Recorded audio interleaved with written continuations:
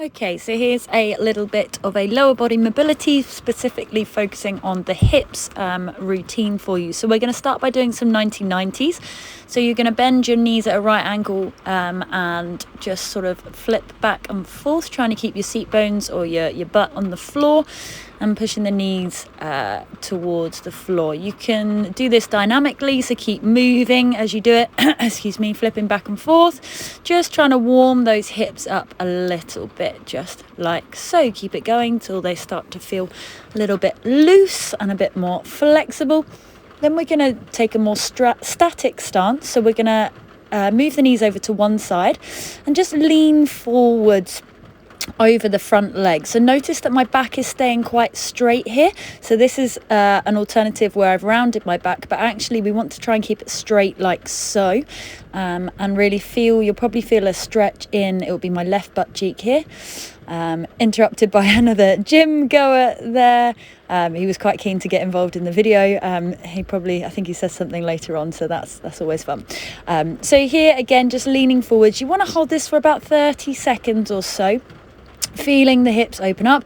Again, I'm meeting everybody in the gym today, so please excuse me when I say hi to others around me.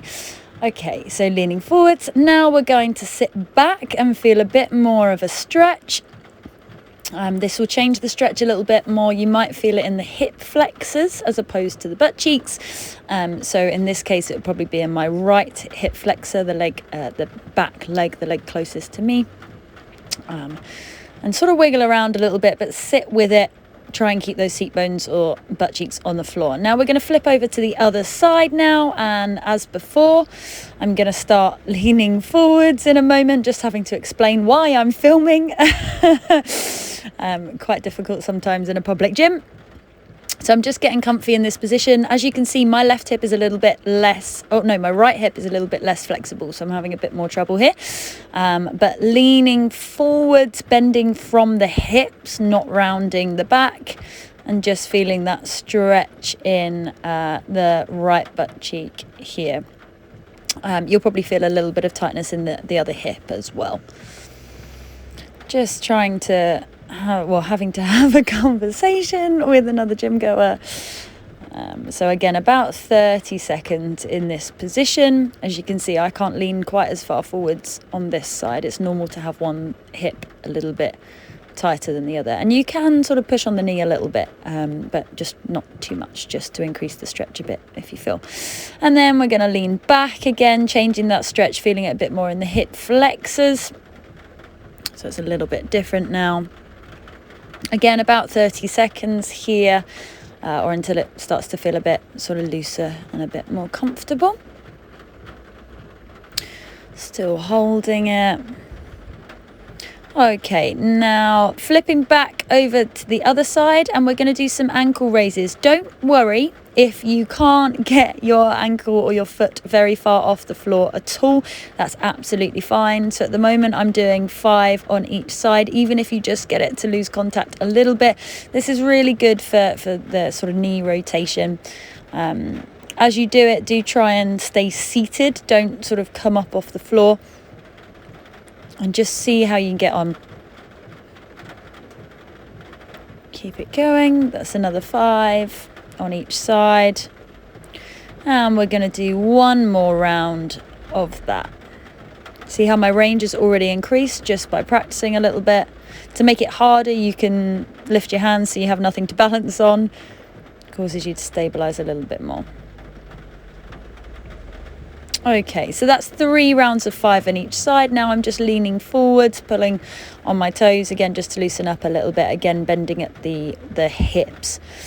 Okay, coming into this position now, a butterfly sort of position, leaning forwards at the hips. I did a bit of rocking around there as well to get comfy, just turning sideways so you can see what I'm doing. And again, see that I'm not rounding my back here. I'm sort of pulling on my feet, keeping a straight back. That was me demonstrating the wrong way to do it. Now this is the way best to do it. And you can bounce those knees a little bit as well if you like, and get a little bit deeper with every exhale. Okay, now we're going to stand up and come into a deep squat. So again, from the side, you can see, keeping quite a straight back if I can. You can come all the way down like so, and then sort of move around a little bit there. If you struggle to balance here, you can put your hands on something to sort of hold you up, or put your hands on the floor, that's fine. Here I'm using my elbows to push my knees out a little bit more. Don't worry if you can't get that low, just get as low as you can. Now we're going to practice a little bit of a Cossack squat. So these can be quite tough at first. The key is to keep your heel on the ground. If you can't get very low, not a problem at all. Just keep practicing. Now I'm moving between each side. I struggle on that side because I don't have quite as much ankle mobility. So you can see how I had to sort of sit back a bit more, which does make the balance hard. And I've come up on my toes there to get back up. Ideally, we don't want to do that because it can put a bit of strain on the ankle. So see how now I'm just getting as low as I can without having to lift my heel. And it's starting to loosen up a little bit for me as well. So I'm managing to do this a bit better. There we go. So just coming between, keep quite low. Moving from side to side. Again, don't worry if you can't get that low. That's absolutely fine. Just get as low as you can and keeping that heel down. Now just a forward fold. And now we're going to come into, I think this is a runner's lunge. So leaning forwards, pushing forwards on the hips, rocking around a little bit. Again, keeping a straight back, trying not to round it too much, and letting the movement come from the hips only. Then I'm going to place my hands on the inside of that leg, open up towards the bent leg that's in the front, and then thread it through. So as you come up, breathe in, and then exhale as you come down. So inhale and exhale. Again, always sort of pushing those hips towards the ground, really, not necessarily forwards, but down. Good. So I think I'm doing 10 repetitions here, or about that anyway. I think I might have lost count. Really opening up the hips. And now I'm just going to get as low as I can here. Again, if you can't get your forearms on the floor, no problem. Just use this as more of a static stretch, so a non-moving stretch for about 30 seconds or so, getting as close to the floor as you can. And now we're going to rock back and just have a little bit of a hamstring stretch. Again, I'm moving here just to loosen up and feel a bit more comfortable in this position. Now, the goal here is to try and get the chest towards the top of the leg. It's not necessarily straightening the leg because you don't necessarily want to round your back, but bending from the hips. Okay, just coming up into a downward dog to switch legs here. So now my left foot is forwards, and again coming up and just pushing the hips towards the ground, rocking around a little bit like so, transferring the weight forwards and back, and then coming towards the ground, placing the hands on the ground and opening up as before. This time the opposite side, so opening up towards the leg that's in front. Exhale as you come down, inhale as you open up. When you're opening up, try and look up towards the ceiling. Really twist from the waist or the hips. You could probably go a little bit slower than I am here.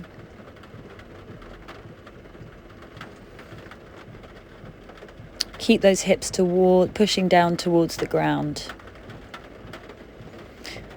And now we're going to come down again if you can, just onto the forearms or close to it, just getting as low as possible. I've still got a little bit of rounding in the back here, but again with flexibility it will straighten out a little bit. It'll get a little bit easier.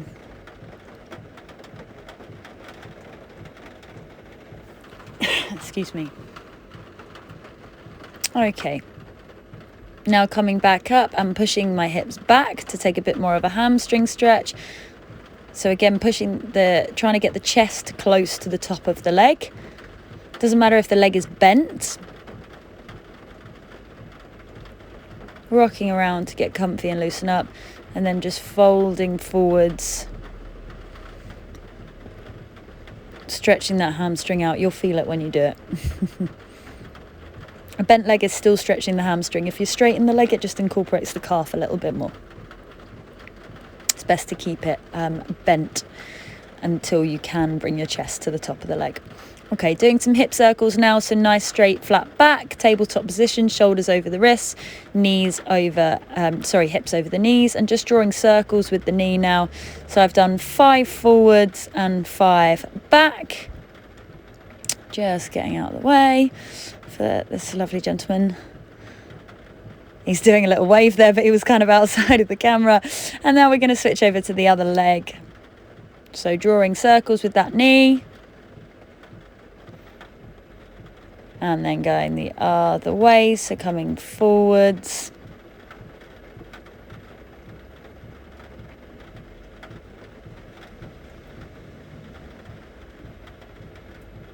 Okay, now just a little bit for ankle mobility. Okay, so here the purpose is to push the knee towards the floor with the heel still on the ground. So we're sort of testing that ankle mobility and trying to get the knee as sort of far forwards as possible without the heel coming up. So this will make like the deep squats easier. It will make the Cossack squat, so like the side squat, easier. And it will really help with your any sort of lifting that involves squatting essentially. And now over to the other side. I'm sort of pushing myself forwards to put weight on the knee to really bend it at the ankle.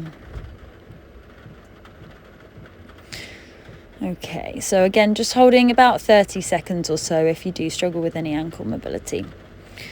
And we're coming to the end now, so I hope you enjoy.